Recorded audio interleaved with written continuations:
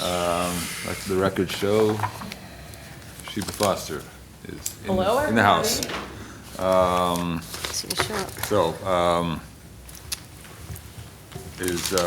Do we have? How about I take it away, Council President? Voice in the back says. That's Margot, okay. Do we have also on the phone, I believe we're expecting Councilwoman Cotton and also Councilman Umbriak. Are they also on the phone? Councilman Umbriak has joined the meeting. We anticipate Councilwoman Cotton to join shortly. Okay, great. Council President, our town attorney is also on Zoom as well. Okay, great, awesome. Good evening, everyone. Good evening. David? Good evening. All right, so Margot, take it away. Okay, I, Margot G. Kay, the town clerk of the town of Morristown, do hereby state that it is 7:33 p.m. on Tuesday, May 24th, 2022, and that this regular hybrid meeting is being held via webinar and in person. Both adequate and electronic notice of this meeting were provided according to law by written notice to the Morristown Daily Record, the official newspaper of the town of Morristown, and to the New York Star Ledger, both more than 48 hours ago. Notice was also posted in Town Hall and on the town website, filed with the office of the town clerk of the town of Morristown. I do further state that I shall enter into the minutes of this meeting the statement that such notice was furnished as particularly described by me in this public announcement. I will take a roll call. Councilwoman Cotton has not yet joined us. Councilwoman Foster. Here. Councilman Iannacone. Here. Councilwoman Mayer. Here. Councilman Silva. Present. Councilman Umbriak. Here. Council President Armington. Here. Mr. President, you have a quorum. Mr. President, I just noticed that Councilwoman Cotton is just joining the Zoom meeting. Okay, let the record show that Councilwoman Cotton is present. Duly noted. Moving on to a moment of silence. In the wake of the events at Uvalde, Texas, I ask Council President to allow me to lead a prayer. I think it's very necessary. Heavenly Father, we pray for the families of these children and the teacher that were killed at Uvalde, Texas. We pray for your comfort, peace, and for the whole community, Lord. But also we pray that you help us throughout the whole nation to eradicate violence, especially from schools. In the name of our Lord Jesus, amen. Amen. Amen. Thank you, Pastor. Followed by the Pledge of Allegiance. Pledge allegiance to the flag of the United States of America, and to the republic for which it stands, one nation, under God, indivisible, with liberty and justice for all. Before we get started, please be aware that public comment during the public hearing portions of this meeting will be held both in person and through the Zoom app. At the appropriate time, members of the public wishing to speak should indicate so by raising his or her hand in chambers or in the app. To comment via Zoom, click on the raise your hand icon at the bottom left side of your screen. You may also raise your hand by pressing *9 on your phone. When it is your turn, the moderator will send a signal through the app and ask that you unmute yourself so that you may be heard. To unmute yourself on the phone, press *6. Before we get into the consent agenda, I just have one quick announcement. Item number 3, the facilities use request for Our Youth, Our Future. The event was originally scheduled for Saturday, June 11th. It is now scheduled for July 2nd, which has been approved by the necessary department heads as well as recreation. So that June 11th should be July 2nd. There are 7 items on the consent agenda this evening. I will bifurcate them. I'm sure Councilwoman Foster, I'm sure you recall that you were not present for the October 25th, 2016 executive session. So I will split that out separately and ask for a motion to approve consent agenda item number 1. I'll make a motion to approve consent agenda number 1. I'll second it. Okay. Councilwoman Cotton. Yes. Councilwoman Foster? Abstain. Councilman Iannacone? Yes. Councilman Mayer? Yes. Councilman Silva? Yes. Councilman Umbreak? Yes. Council President Armington? Yes. Motion carries. I next would ask for a motion to approve consent agenda items number 2 through 7. I'll make that motion. I'll second. Okay, Councilwoman Cotton? Yes. Councilman Foster? Yes. Councilman Iannacone? Yes. Councilman Mayer? Yes. Councilman Silva? Yes. Councilman Umbreak? Yes. Council President Armington? Yes. Motion carries. At this time, I'll open the floor for a public hearing on any matter. For remote members of the public, please raise your hand in the Zoom app to indicate that you would like to speak. If you've joined the meeting via telephone, press *9.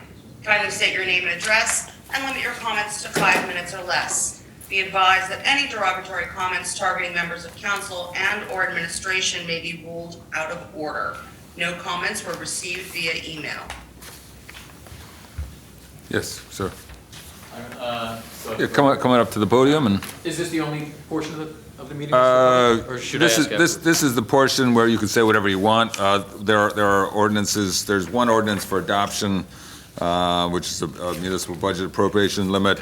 If you have comments on that, it'd be better if you waited for that. If you have comments on anything else.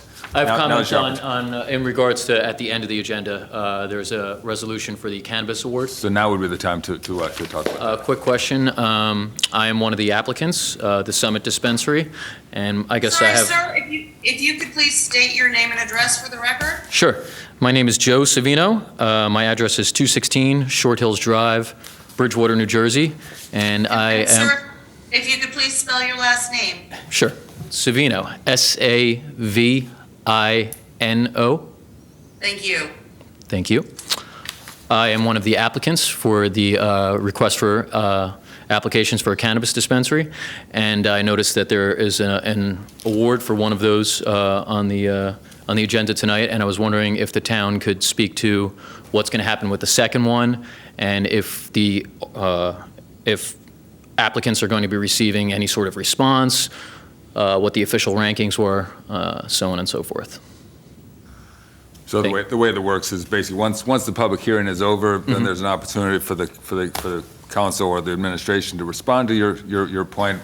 If you don't get a response now, I know the administration plans to present the whole package at the time of the resolution, so I'll leave that to the administration, whether they do that now or prior to the passing of the resolution. Okay. Thank you. Sure.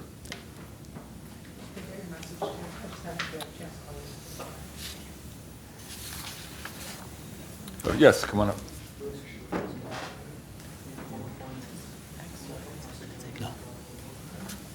Speak now. Yes, your name and your Caroline address.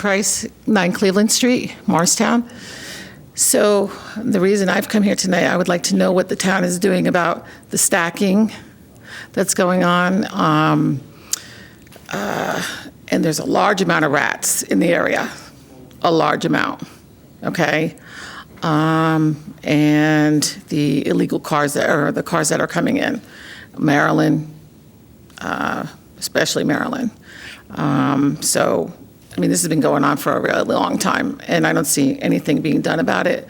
Babysitting being done with more than 10 kids, 12 kids, and I've witnessed it. So, I've been here almost my whole life. So, seeing all this is really, I'd like to know what's going to go on, if any answers. So again, we'll once the public hearing is completed, then administration will probably refer you to the Director of Code Enforcement or some other response, and then you'll get your response then. Okay, thank you. Thank you. Yes, sir.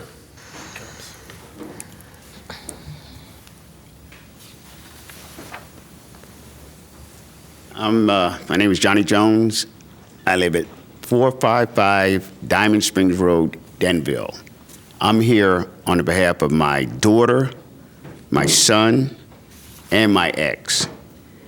because over at Grant Street, and I've been complaining for years about the speeding, about the bumps. Everybody else got the speed bumps in their area, Marsh, town, but only Grant Street is one that's being turned down all the time. Then we got this new parking where anybody on any street can park. Is really, really bad now. I don't know why that, I feel why they can't have the same situation that they got over there on King Street, Pine Street, residents only. It should be for Grant Street only, not Bellevue Terrace, not Cleveland Street, not, it's, the worst thing you did is just what you guys just did, because the stacking is so bad there, you won't believe it. My ex, my daughter, they can't even come home at 4 o'clock and find a parking space. Parking spaces are gone.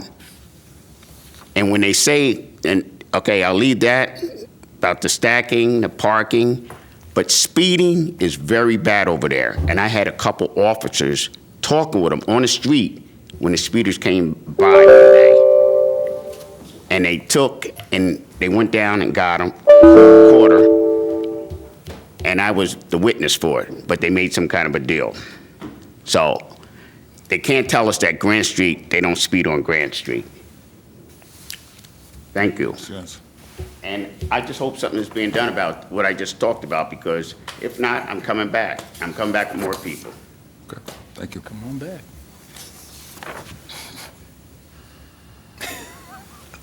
Anyone else?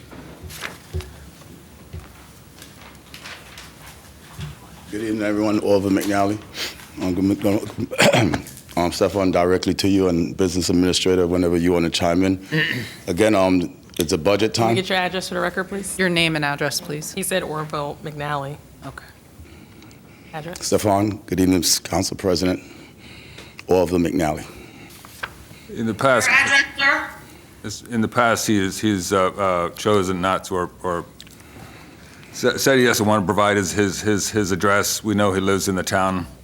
I've accepted that in the past. I don't want to fight, so go ahead. And just to emphasize on that, the attorney said, well, maybe if in the case of a police officer or whatever else. That was a very dangerous statement that he made that day.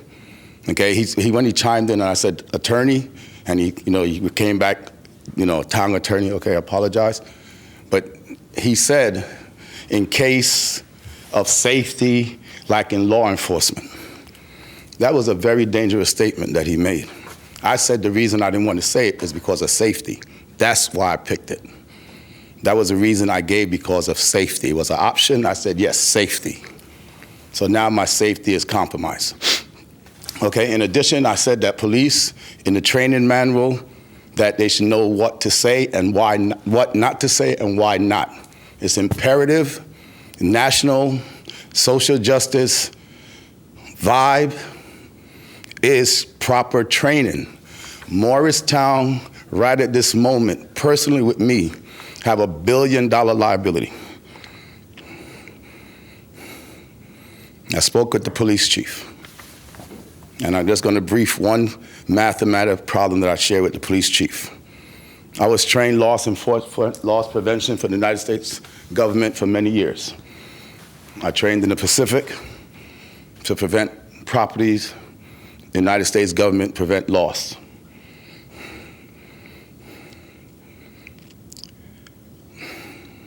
If someone came into my Army Air Force store and wanted to do a refund, they had to have a receipt. And that receipt will show the amount that they paid. Without a receipt, it will require additional information if they want to pursue it. But of course, that's some investigation information if we sued to pursue it. So in the case of the taxes and the resolution of the property on Morris Street, the resolution talked about a refund. The Oprah request came back with 0 payments for each quarter. That was an Oprah request, official question, and was received. All quarters 0. All of us that own homes know that you could pay or not pay, but by the fourth quarter, you better pay because you're going to get that letter. So in order to get a refund, you have to pay. So I'll ask to just do the reconciliation on that, please, and produce the payments to equal the refund. Going forward, I ask that we consider using SAP. In 2007, we had the Sarbanes-Oxley financial reform. It started first with companies, corporate, whatever companies. Unfortunately, I was involved in going to school to be the GRC contacts, as Governance Risk and Compliance, for my local company because we were fined $1 billion and we had to get right. The only way to do business, folks, in 2022 and beyond is to have a reconciliation of everything and to have an iOS no matter what. It must now transfer to government. It already is. SAP for Government will save Morristown billions of dollars. It will make everything accurate, and we will bring ourselves up to the standard that we should be. We are the leading county in this country. It was founded here, and we should be the benchmark of professionalism and accuracy. In addition to that, on Business Administrator, I've been trying to contact you. There's some, Tawana's aware of it, as I personally confide with her. And I asked the President Council for a meeting that we haven't had yet, but we will have before the budget. So therefore, everything that's included for social justice, and I want to pinpoint that. I went through 10 tapes during the cannabis regulation, and I didn't hear social justice enough time. Social justice, folks, is the law of the land. The Newark Justice that they might be voting today or voted today for self-grow, they said self-grow is a must. Okay, right now it's $60. It's not going to work. The black market is going to continue. The analysis are in that we need more stores to reduce the price from $60 to at least the black market rate of $40 for an eighth of cannabis. Social justice, folks, is the war on drugs. All of us, whether we use drugs, didn't use drugs, the judges, the police, everybody's been victim of the war on drugs. Unfortunately, I have personal experience. And my family in New York have helped calm the streets of Brooklyn and the Bronx and Manhattan. The last 10% of fools are those who are never going to change. I have 2 special Marines in New York City, 1 and 2 of them in the Bronx. And there's not a kid that's been killed or shot that they don't know, because that's their job. Mr. McNally, I'm sorry, your 5 minutes are up, sir. Okay, ma'am, I'm going to ask for my 2 minutes that I didn't get when we did the administrative stuff that day, and you asked me. No, sir, I'm sorry, I can't allow that. Okay, I'm going to ask the business administration. 5 and minutes okay. per public speaker, and your 5 minutes are up. Okay, but this is a very important matter that I'd like to conclude, ma'am. No, I'm sorry, your time is up, Mr. McNally. Council President, may I have 1 more minute or 30 seconds? At the June 14th meeting, if you would Please, like to please bring consider your speaking. comments to conclusion. No, I will bring it to our meeting, sir. Me, you, and Tawana is going to have a meeting before the 14th. Okay, All right, thank you, sir. thank you.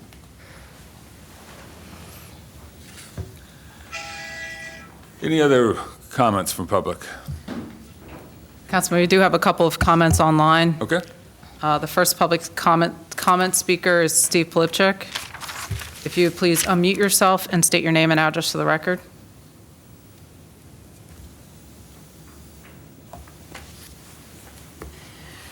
Mr. I'm sorry? Yes, go ahead, we can hear you. Okay. I'm a resident who's impacted by the ordinance for introduction tonight on 0/11/2022. I would like to just take a moment to thank Council President Armington, Town Administrator Ms. Barrick, and Town Engineer Mr. DeVizio for their efforts in working with the neighbors to address the safety concerns we presented. We believe this ordinance revision. Mr. Polipchuk, if I might ask, if you could start over and slow down, we're having a little hard time hearing you. Sure.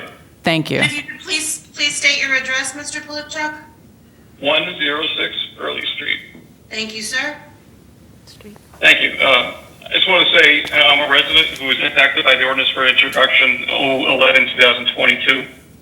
And I would like to take a moment to thank Council President Armington, Town Administrator Ms. Barrick, and Town Engineer Mr. DeVizio for their efforts in addressing and working with the neighborhoods to address the safety concerns we presented. We feel as a neighborhood, this parking revision that the ordinance is creating creates a much safer roadway and neighborhood, and we really do appreciate working with us and making it happen. Thank you. Thank you. Okay, the next public speaker is Marissa Sweeney. Ms. Sweeney, if you would unmute yourself and state your name and address to the record, please. Hi, can you hear me okay? Yes, we can. Okay, wonderful. Marissa Sweeney, Sweeny, and I live at 11 Clinton Street in Morristown. Go ahead, Ms. Sweeney. The questions that I have also surround, as earlier, the cannabis resolution. So have all the applications been scored? And if not, are all the applications still under consideration? All questions are going to be answered at the end, is that right? Should I just state my questions now? Yes, that's correct, Ms. Sweeney.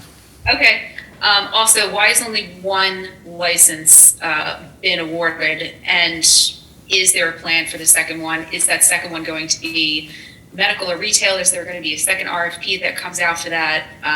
My questions mostly concern or surround how the ordinance and the RFP have been written, because it looks as though the town can absolutely approve 2 recreational, but however, being that only 1 has been approved, I'm just curious about intentions and then how that translates in the ordinance.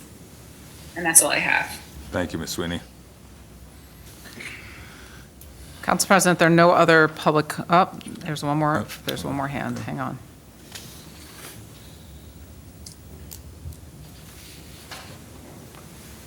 The next public comment speaker online is Stuart Foreman. Mr. Foreman, if you would please unmute yourself and state your name and address to the record. Yes, hello, can you hear me? Yes, we can. Yes, we can. Okay. Stuart Foreman, and I'm at 104 Early Street, and I too just wanted to comment and thank the town for taking the time to work with us to get the parking issue resolved on Early Street. That's up for hearing today. Thank you so much. Thank you, Mr. Foreman. Thank you.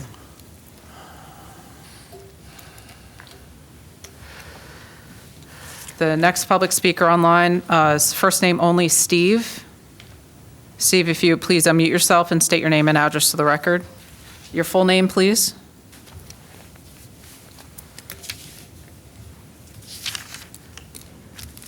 Steve? I'm sorry, yes, can you hear me? Yes, now we can hear you. Would you, Sorry, it's Stephen Fox, it's 11 Clinton Street in Morristown. would you please spell your last name? Fox? Fox. Yes. Go ahead, Mr. Fox.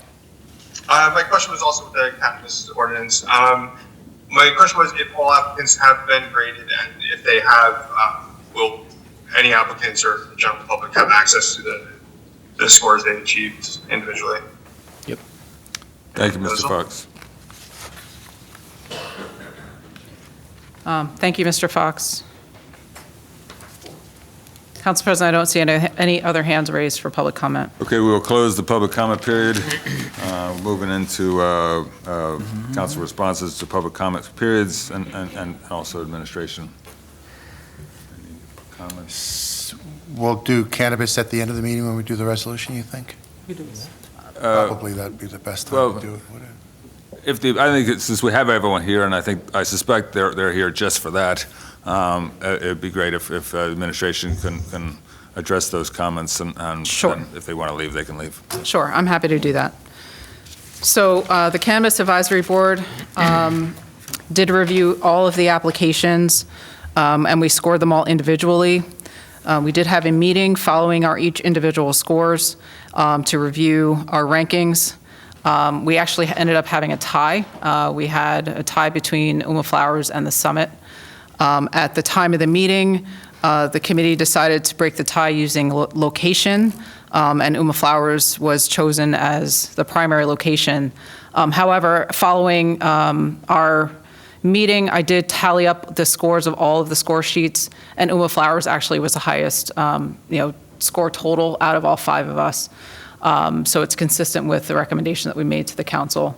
As many of you are aware, the score sheets are consistent with the RFP and the evaluation process that was outlined in the RFP.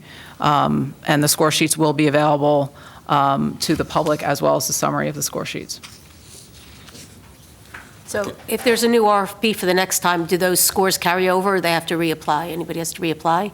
There would have to be a new RFP process. Okay. Can you address the selection of one license as opposed to two? So the council, in developing the RFP, or excuse me, the ordinance for cannabis, determined that there would be 2 total licenses, only one of which would be available for retail. So when we issued the RFP, we issued it for both retail and or medical. But being as we had only applications for retail cannabis, all 6 applications, we only made a recommendation for one retail license. Okay. And has a decision been made at this time about a future RFP? We have not made a decision at this time, and I will defer that to those of you who are on the dais as to whether you'd like to move forward with a future RFP for the second license. Okay. Thank you. Let me make so sure I the future skip. RFP would just be for medical, due to our ordinance at this point? I will not speculate as to what the future RFP would be. I think that would be determined when the RFP is issued. Certainly, based on the ordinance and my understanding of the intent of the governing body with regard to cannabis licenses, if once you issue the retail license, then the remaining license would be for medical at this point, unless you choose to go a different direction. Yeah, the concern in the drafting was to reserve one for medical. You're probably going to see some changes in the regulations because retail and the recreational and the medical are going to eventually just get merged because the cards, but if you have a card, you can present it at a recreational, you can buy it at a recreational. And the other discussion at the meeting was really also around the fact that we need some experience in this too. So, by separating them also, you're going to see how does this site develop, what's the crowd that's developing. We'll learn a lot of lessons for the next store that we do. And I think the pacing ourselves is probably some good advice there. I was on the committee as the council representative. I will say a few things about the application process. One, I work a lot with RFPs in my profession. I will tell you this RFP was put together very, very well. Thank you. It was a very well-structured RFP. The criteria was also very, very clear. It was also my experience working with our town attorney, working with Jillian, working with our police chief, and working with our town planner, that everybody reviewed these applications very thoroughly. And let me tell you, it literally took me, and I'm not exaggerating, at least 24 hours to get through these applications, okay? And everybody did take the same level of seriousness when they were evaluating these applications. I think UMA, it was very, very clear that their experience and particularly their, not just in the industry, but also their professional backgrounds and also their experience also with operating stores was a good, solid recommendation. Summit was a very close second, and we all came to that conclusion. But we also think that, it should be a whole new RFP, because again, lessons learned, the RFP may change next time, as we prepare that RFP. But I will tell you, I think when you see the scoring sheets, I think the criteria speaks for itself as to what we were looking at. And I think that the group was also very committed to making a decision on what was presented to us. We did not deviate from anything off of what I call the 4 squares of the paper. We stayed focused on what the criteria was, what the RFP was, and the information as presented within the applications themselves. Thank you, Bob. Just a note, I was not on the committee, but if the recommendation if there's a recommendation to revise the criteria, since the criteria is based explicitly on the ordinance would have to be revised as well. So. Mm-hmm. All right. Any other let's address responses to? address the parking. Well, first, let me address any complaints on stacking. 2, there is a process. 1, you can call property maintenance on stacking and give them the address where you've seen the stacking, or you can go actually online anonymously and file that complaint that you have an issue with, you found a property that's stacking. I have been in Grant Street's neighborhood. I've been in lots of neighborhoods. I spoke about this at the last meeting. You'll see me on the street, and Mr. Jones knows I've been on Grant Street in the last few weeks. Parking is definitely an issue. I know they've changed the parking regulations over there. Do you want to address that really quick? Because I know it's going to take a little time for that to work through. So the council, I guess, 2 or 3 months ago, passed an ordinance to extend residential-only parking in the Grant, Columba, Bellevue, Cleveland neighborhood, which was limited to residential only from 8 a.m. to 4 p.m. Now it's residential only 24 hours, which means that any resident that would like to park on the street will now have to have a residential permit. Because that was a new requirement, we relaxed enforcement for those hours to give people time to acquire a permit until May 1st. So enforcement of the new ordinance started May 1st, and that was both for the parking authority as well as the police department to initiate enforcement. And I know they've done enforcement because we got other people who came in who got tickets and were not happy about the tickets. But certainly I think it does take a little bit of time for for the enforcement to be effective. There was a concern about the shared parking in neighborhoods. From my experience and the council president's experience in that neighborhood, there's always been shared parking amongst those 4 streets, which can be, the parking can vary from street to street. So in order to continue with the spirit in which the parking currently exists, we want to allow that parking to continue, but we do not want to allow people that are not from either one of those 4 streets to park in the neighborhoods, which we know is what was happening before. You were getting people from out of state, you were getting people that don't live on those streets. And so by implementing the residential parking, especially overnight, it's limiting those parking spaces to only people who are bona fide residents of those 4 streets. And I ask for the residents' continued patience as the enforcement continues to work itself out. But I would also ask if you see cars that are parked there that do not have residential permits, to please call the police so that it can be properly enforced. And just as a follow-up, what distinguishes this neighborhood from every other neighborhood except for basically every other neighborhood that has residential parking on it is that there are more housing units than on-street parking spaces.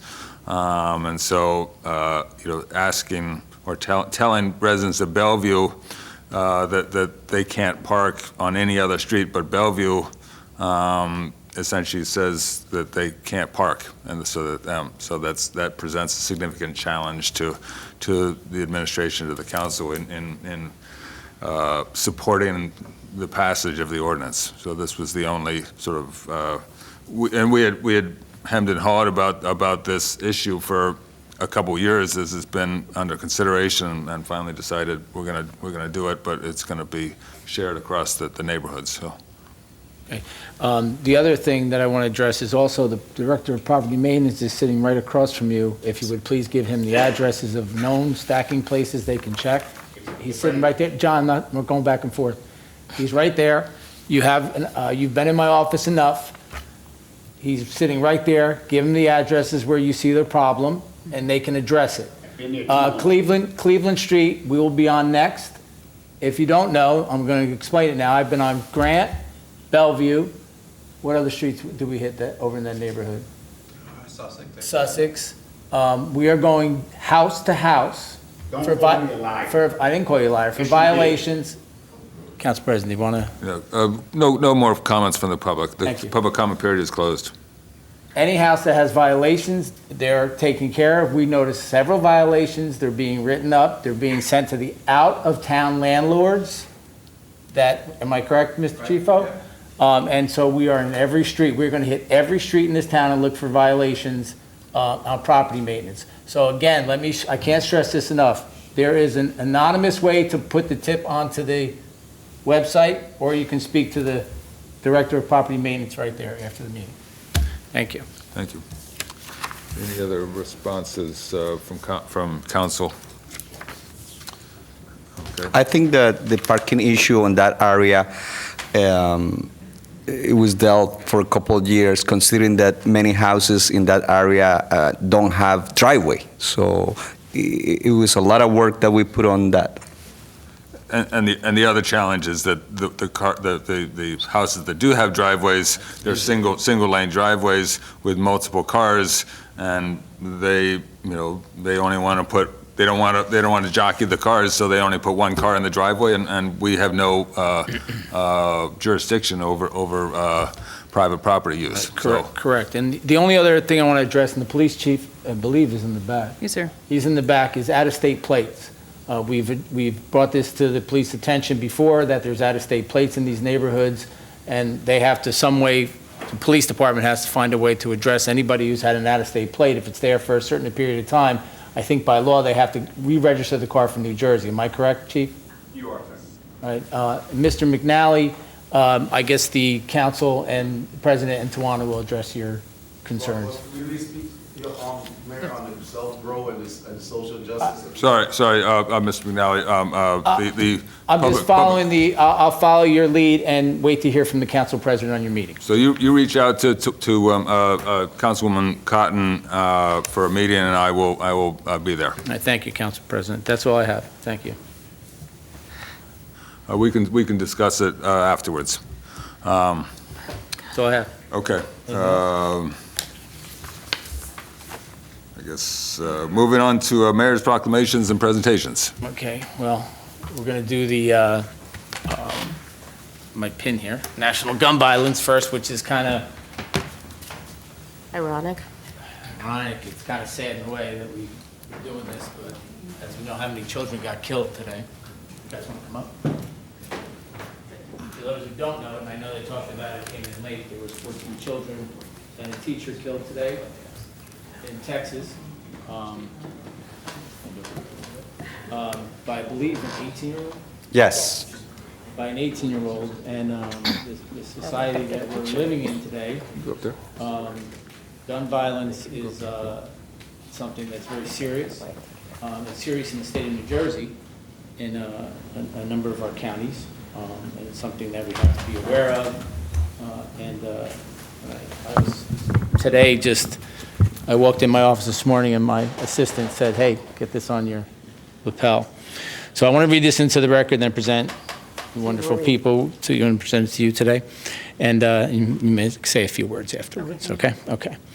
Town of Morristown Proclamation. Whereas the first Friday in June is recognized as National Gun Violence Awareness Day, to honor and remember all victims and survivors of gun violence, and to declare what we as a country must do more to reduce gun violence.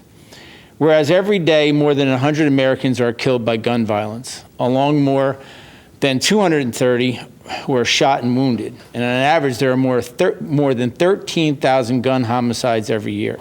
Americans are 25 times more likely to die by gun homicide than people in other high-income countries.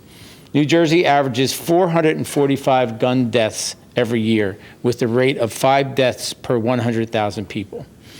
Gun homicides and assaults are concentrated in cities, with more than half of all firearms-related gun deaths to the nation occurring in 127 cities.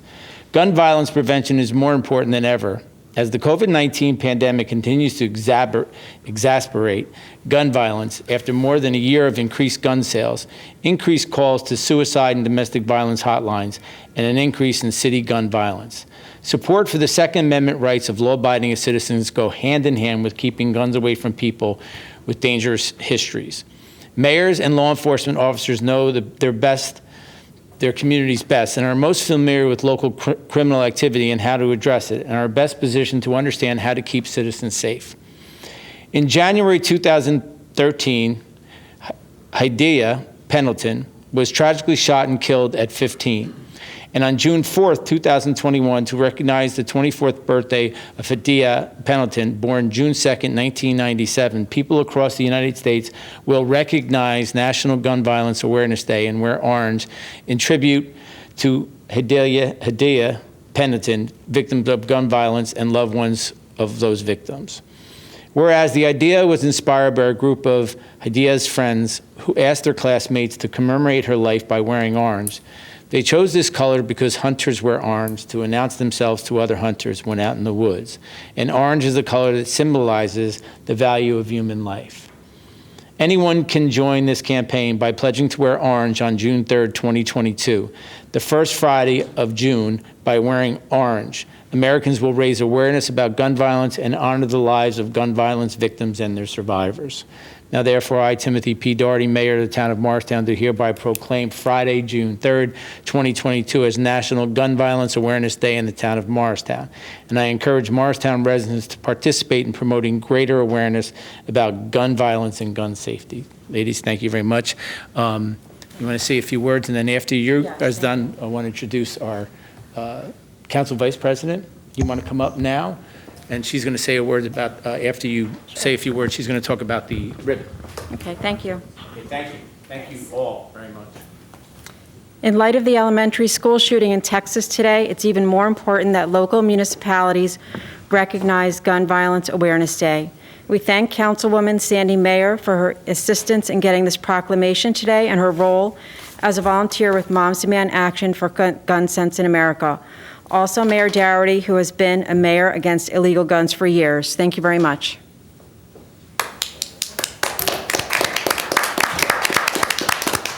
So, as you know, June Sandy. 3rd is gun violence. Mike. In front of Mike. Please. Thank you. So, as you know, you just heard June 3rd, Friday, June 3rd, is National Gun Violence Awareness Day.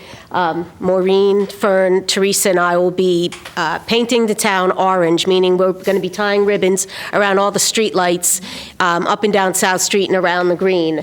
We were going to have a nice day of it. Today brings a whole new meaning. You know, part of me is like, what do we even say? You know, we wear a pin. A pin's not stopping the incredible stupidity of what we're going through in this nation. It's just beyond comprehension that we say, again, it's becoming so everyday. They're not even covering gun violence on the news anymore because it's just another day in the United States. So I'm not going to stand on my soapbox too long because I can go on, but it's frustrating. Things need to change. And I'm just saying for the world out there in the United States, you need to vote for people that have logic, and that will curtail the senseless gun violence in this country. We do not need 400 million weapons in this country. 4 years ago, when the killing happened at the school in Florida, there was 300 million guns. There's 100 million more guns now. There are more guns than there are citizens in the United States. It's ridiculous, and it needs to stop, and we need to vote in people who have sense about this unnecessary evil that's pervading the country. And the other thing is the mentality that people think it's okay to solve every issue with a gun. A kid riding a scooter up the street in New York, 15 years old, shooting at a 16-year-old, but the 11-year-old girl getting her nails done is the victim. Who gets brought up with that kind of mentality that every argument, a road rage argument used to be solved with people flipping each other off, sorry to say. Now it's solved by people shooting each other with guns. Somebody has a dispute in a parking lot and two men whip out guns and shoot each other dead in a parking lot. It's just senseless. And I will leave it at that. So when you see orange ribbons next Friday through the following week, I'll be taking them off the following week, know that we're fighting, all of us here, fighting to make this insanity stop. And I do want to thank Maureen because she's the one who got me involved in this wonderful organization, and these two ladies embraced me like nobody's embraced me and got me so involved, and I thank all of you for that. So, thank you.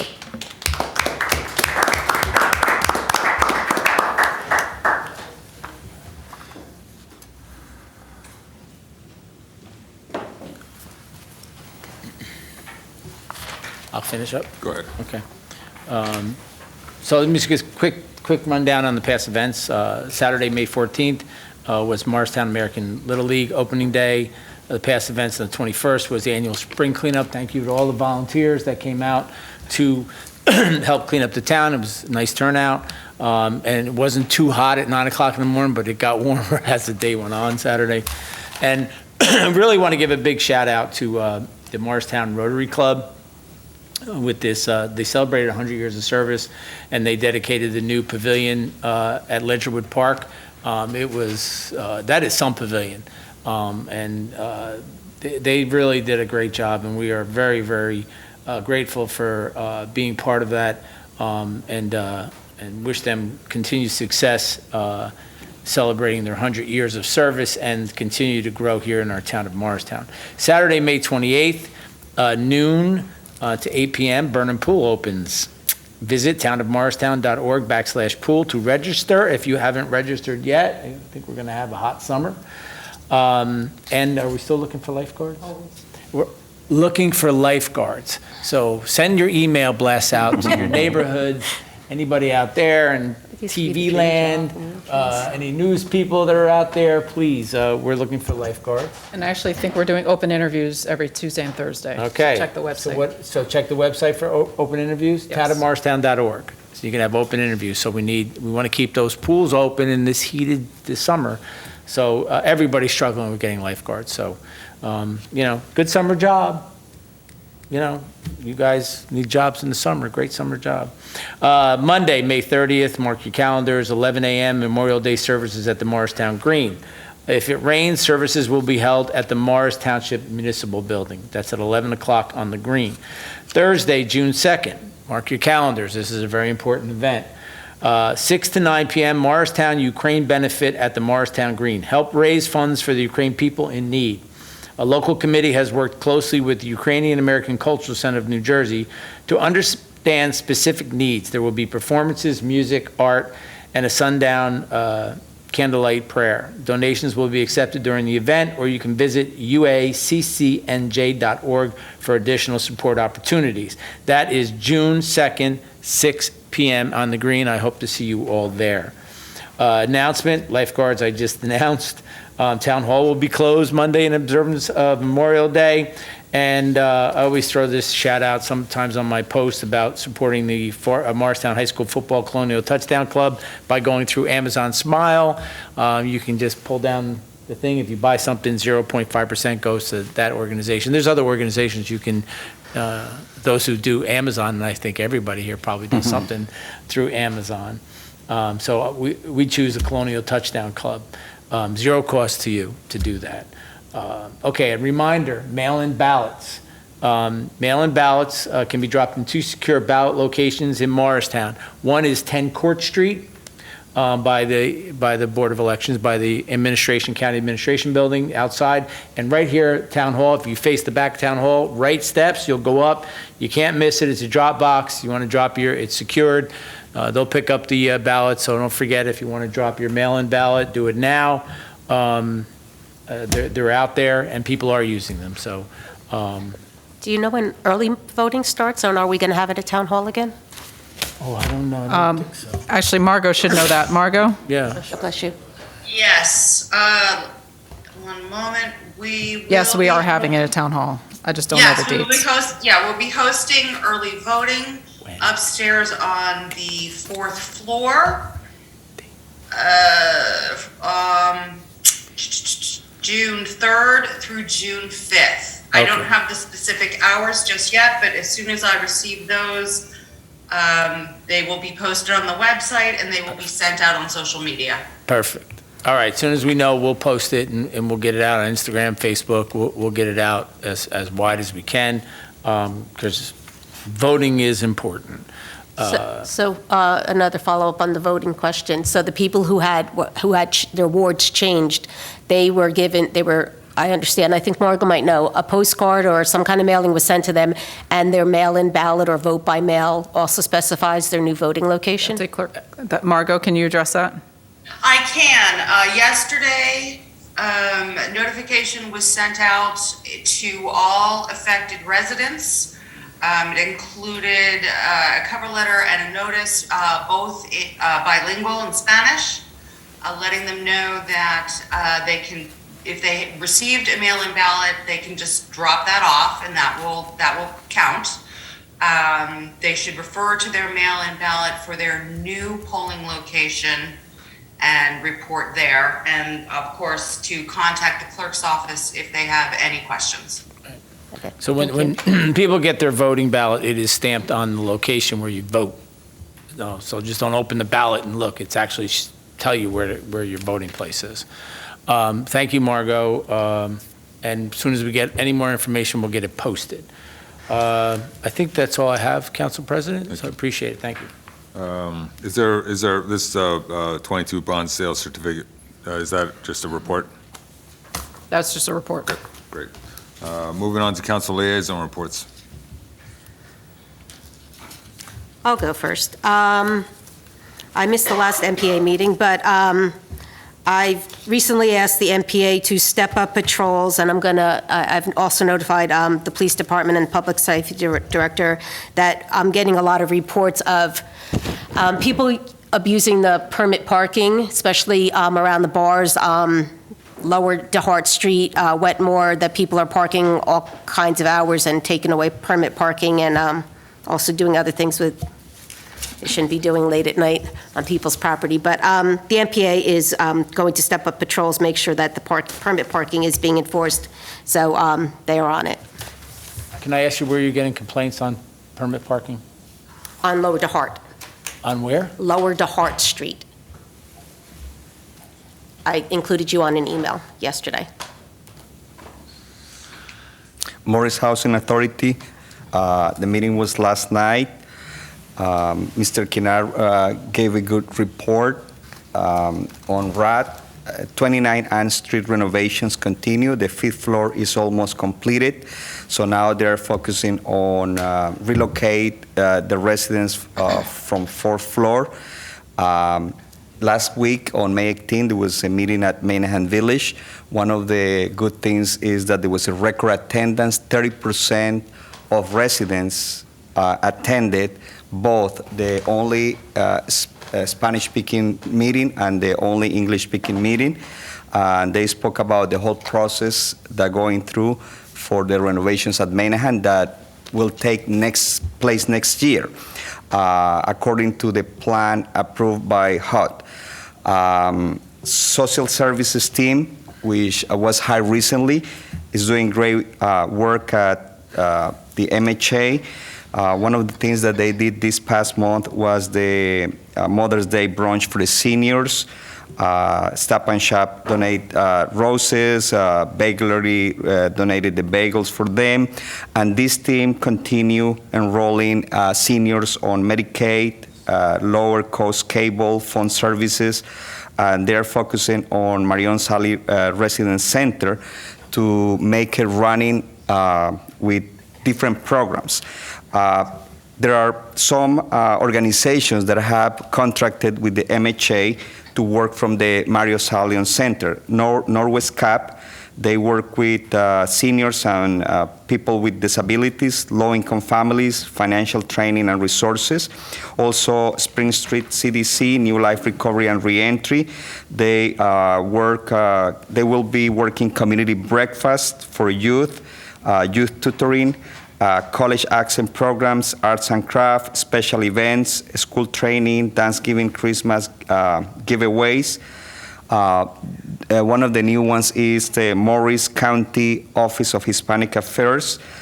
They help with health clinics, and also they help people who have this struggle with money for electricity, oil or gas for winter, and eye screening and medical transportation. Also, one great news is that the Jets, the football team, they're not doing so great, is doing great things in the community. They donated $15,000 for 25 computers that are going to be placed at Marion Sally Center for a computer center, so yeah, that's a good thing. Oh, yeah. So they're doing good on that. Oh, yeah. Okay, I'll go next. The Morristown Partnership met on May 11th. The Morristown Partnership installed American flags around Morristown this week in preparation for Memorial Day weekend. All are invited to meet me in Morristown this Thursday, May 26th. Morristown businesses will hold sidewalk sales and special promotions starting in the afternoon, and local artists will set up on the West Park Place from 5 to 9 p.m. The Fisheye Bulls and the Flip Charts will perform on the Morristown Green from 6 to 9 p.m. Participant information can be found on meetmeinmorristown.com. Regarding your question from our last council meeting, your inquiry on whether the Morristown Partnership conducts surveys on the business community, The partnership has conducted surveys in the past. COVID-19 business assistance and specific grant program feedback have been the focus of recent surveys. In March 2020, Morristown Partnership developed a more comprehensive digital survey for board review, Morristown Partnership Support and Local Economy Survey. Shortly thereafter, the global health pandemic halted this general initiative. At this month's board meeting, they discussed revisiting the original survey content over the coming months. Sounds good, thank you. No problem. All right, moving on to regular business. Okay, we have two ordinances for introduction this evening. Excuse me, ordinance number O-10-2022, ordinance amending and supplementing the code of the town of Morristown, Chapter 7 Traffic, Section 7-40.2, handicap parking on streets for private residences, to amend the placard number assigned to a dedicated parking space for a resident of 15 Hill Street. I'll make a motion to introduce ordinance number O-10-2022. I'll second. Are there any comments or questions from council? Okay, on the introduction of ordinance O-10-2022, Councilwoman Cotton, Yes. Councilwoman Foster, Yes. Councilman Anacone, Yes. Councilman Mayor, Yes. Councilman Silva, Yes. Councilman Umbriak, Yes. Council President Armington. Yes. Ordinance O-10-2022 has been properly introduced by title and will be considered further after a public hearing on June 14th. Ordinance number O-11-2022, ordinance revising Chapter 7 Traffic, Section 7-11, stopping, standing, or parking prohibited during certain hours on certain streets, 7-14, parking prohibited at all times on certain streets, and 7-17, residential permit parking, by amending subsection 7-17.6, Schedule of Streets of the Code of the Town of Morristown. I'll make a motion to introduce ordinance number O-11-2022. I'll second. Any comments or questions? On the introduction of ordinance O-11-2022, Councilwoman Cotton, Yes. Councilman Foster, Yes. Councilman Anacone. Yes. Councilman Mayor, Yes. Councilman Silva, Yes. Councilman Umbriak, Yes. Council President Armington. Yes. Ordinance O-11-2022 has been properly introduced by title and will be considered further after a public hearing on June 14th. There is one ordinance for public hearing and adoption. That's ordinance number O-9-2022, calendar year ordinance to exceed the municipal budget appropriation limits and to establish a cap bank pursuant to NJSA 48:4-45.14. I'll make a motion to adopt ordinance number O-9-2022. I'll second. At this time, I will open the floor for a public hearing on ordinance number O-9-2022 only.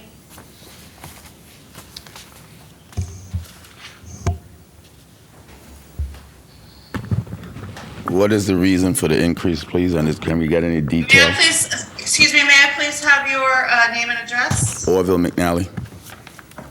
Continue, Mr. McNally. Will we be able to know what the expansion is for the budget? Why is it blowing up? Is that what this resolution is for?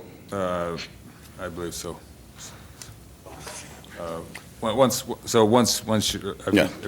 Once you conclude your comments, the administration. That's it. I would just like to know what's expanded for. Of course, if it's expanded for social justice, then of course, that's justifiable. Thank you. Any other comments? Councilman, I don't see anyone online for Close public the public comment. comment period. Okay, are there any comments or questions from council?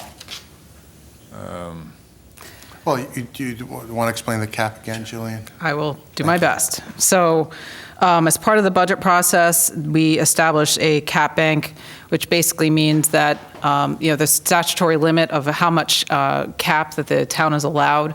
If we are underneath the cap, then we're allowed to sort of reserve the excess in a bank, which has to be done by ordinance, so that if we have to use it at a future date, we have the bank available to use for a future year. I will say, I've been here personally for 6.5 years. We've never had to use the cap bank, but we want to establish it just in case, so the ordinance effectively does that. Thank you. Okay, on the adoption of ordinance O-9-2022, Councilwoman Cotton, Yes. Councilman Foster, Yes. Councilman Anacone, Yes. Councilman Mayer, Yes. Councilman Silva, Yes. Councilman Umbreak, Yes. Council President Armington. Yes. Ordinance O-9-2022 is adopted. There are 7 resolutions on the agenda for adoption this evening. Are there any that members of council would like to pull for separate consideration? Margot, I'm sorry, go ahead, Julie. Can you pull R85, 2022, please? And R86. Any others? Okay, I would ask for a motion to adopt resolution numbers R-80-2022 through R-84-2022. I'll make a motion to adopt Resolution R80, 2022 through R84, 2022. I'll second. Okay, on the adoption of those resolutions, Councilwoman Cotton, Yes. Councilwoman Foster, Yes. Councilman Iannacone, Yes. Councilwoman Mayer, Yes.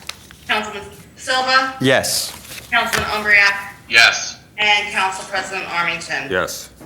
Okay, resolution number R-85-2022, resolution awarding a contract to Communities Grants Planning and Housing LLC to be the Affordable Housing Services Administrative Agent for the town of Morristown, County of Morris, State of New Jersey. I'll make a motion to adopt Resolution R85, 2022. I'll second.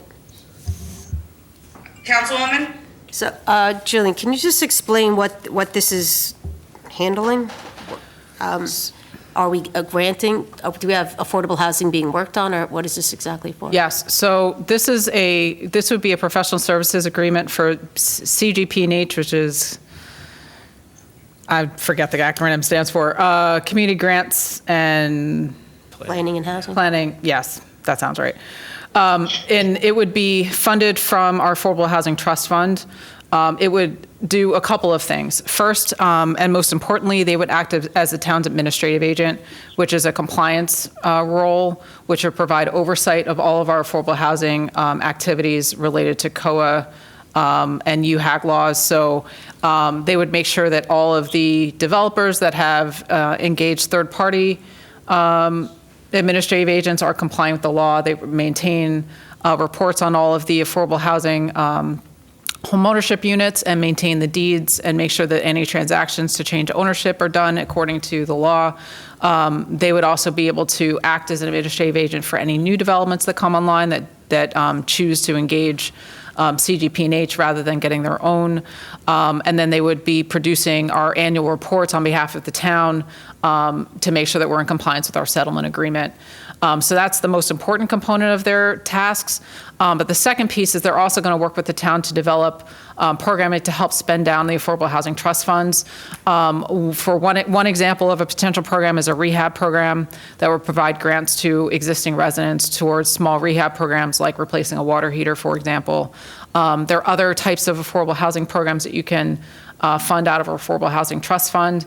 And this consulting firm does this work all over the state. They have several municipal clients, and they're very well regarded in this industry. And they've done similar activities in other towns. I'm very excited to work with them to develop this capacity and to develop new program to help our existing residents in addition to the new residents that are coming into town with the new units that are coming on board.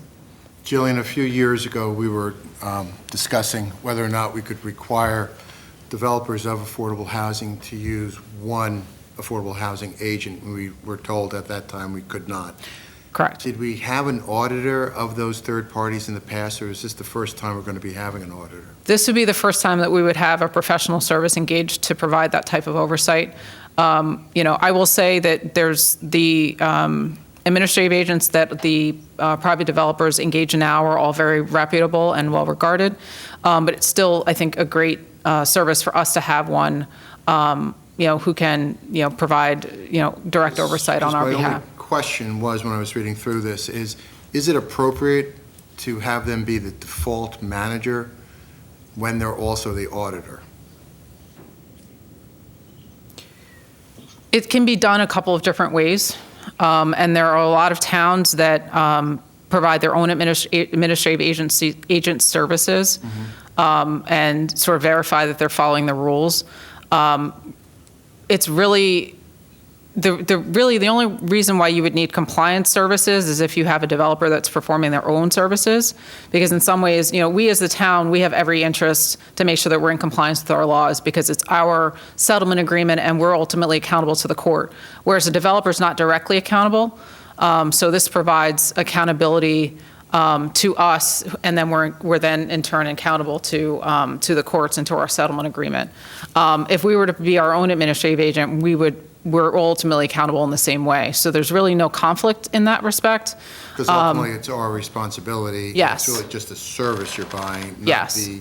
They're not actually assuming any of the liability for accuracy themselves. Well, I mean, in some respects, they would be held to the same standard. But I think that, there's a couple different ways of looking at it. You can have a third-party, administrative agent, which is the model that we've been using thus far, where Piazza does a lot of the stuff for like Madeira. Homeless Solutions performs administrative agent work, and there's a couple of other smaller firms. Piazza is very well regarded in this respect as well. So I'm not really concerned about their compliance. But if you have individual administrative agents that are all providing different services, then if a resident comes in and says, I'm interested in affordable housing, then ultimately they have to deal with multiple organizations to get on the lottery list and do those kinds of things. One administrative agent, if developers choose to participate, they could have one master list. We could communicate all the residences in town that are available for affordable housing. It becomes a lot more streamlined. And in fact, CGP&H, one of the services they provide, if they're managing the affordable housing units, they have a website. They have where almost like a real estate listing, where they list all the units that are available. If you sign up for the list, you're signing up for multiple properties. So there's a lot of benefits to having one administrative agent in place. Very good, because one of the other concerns we had years ago was also that concern, that the folks had to fill out multiple applications with different developers. Is there any way, and we asked this question about 5 years ago, is there any way we could make it mandatory that it is one common application with this company to make it easy for the applicants? I don't know the answer to that at this point with this model, but what I can do is I can look into it with our affordable housing attorney. No, this is good. Thank you. Absolutely. So this is going to be the umbrella organization that handles all the affordable housing issues that are basically going on with the town. They'll be dealing with the scope that's within their contract. Okay. Absolutely. And do we get reports, or how does it work? They'll be producing an annual report every year. Thank you. Call the question? Okay, on the adoption of Resolution R-85-2022, Councilwoman Cotton, Yes. Councilman Foster, Yes. Councilman Iannaccone. Yes. Councilman Mayer, Yes. Councilman Silva, Yes. Councilman Umbreak, Yes. Council President Armington. Yes. Resolution is adopted. Resolution R-86-2022, resolution authorizing the award of local retail cannabis business license to Uma Flowers, New Jersey LLC. I'll move it. I'll second. Council President? No comments. Okay. On the adoption of resolution R-86-2022, Councilwoman Cotton, Yes. Councilman Foster, Yes. Councilman Iannaccone, Yes. Councilman Mayer, Yes. Councilman Silva, Yes. Councilman Umbreak, Yes. Council President Armington. Abstain. Resolution is adopted. So that concludes the regular business. There's no unfinished old business. There's one item of new business, honorary naming of streets or public areas and acceptance and placement of monuments. Councilwoman Cotton. Councilwoman? Yes, thank you. Occasionally, the town gets requests from a family member or an organization regarding honoring a prominent member of the community. Let's think about formalizing a process to consider these types of requests. We currently don't have an ordinance in place, and we should think about creating one with specific guidelines and procedures.